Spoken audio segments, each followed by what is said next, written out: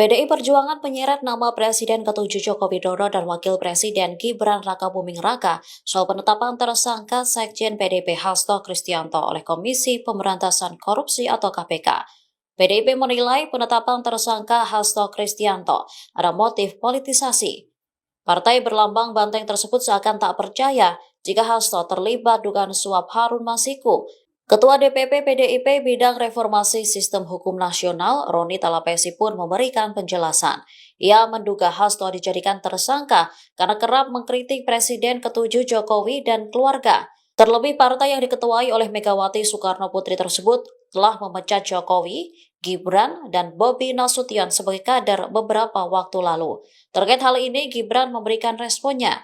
Ia membantah kasus tersebut ada kaitannya dengan dirinya. Gibran lantas meminta awak media untuk menanyakan kepada KPK. Hal ini diungkapkan Wapres usai meninjau perayaan Natal di GBI Keluarga Allah di Solo, Jawa Tengah pada Rabu 25 Desember 2024. Yang sudah tersangka gimana Mas tanggapannya? Pak Hasto kan tersangka KPK. Kenapa yang ditanyakan saya ya? Karena selalu dikait-kaitkan dengan tanya ke KPK, nggak ada kaitannya ya, nggak ada kaitannya.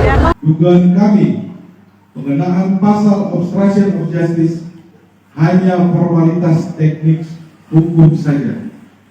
Alasan sesungguhnya dari menjadikan Sekjen DPP PDI Perjuangan sebagai tersangka adalah motif politik, terutama karena Sekjen DPP PDI Perjuangan tegas menyatakan sikap politik partai menentang upaya-upaya yang merusak demokrasi, konstitusi, juga terhadap cawe-cawe penyalahgunaan kekuasaan atau abuse of power di penghujung kekuasaan mantan Presiden Joko Widodo.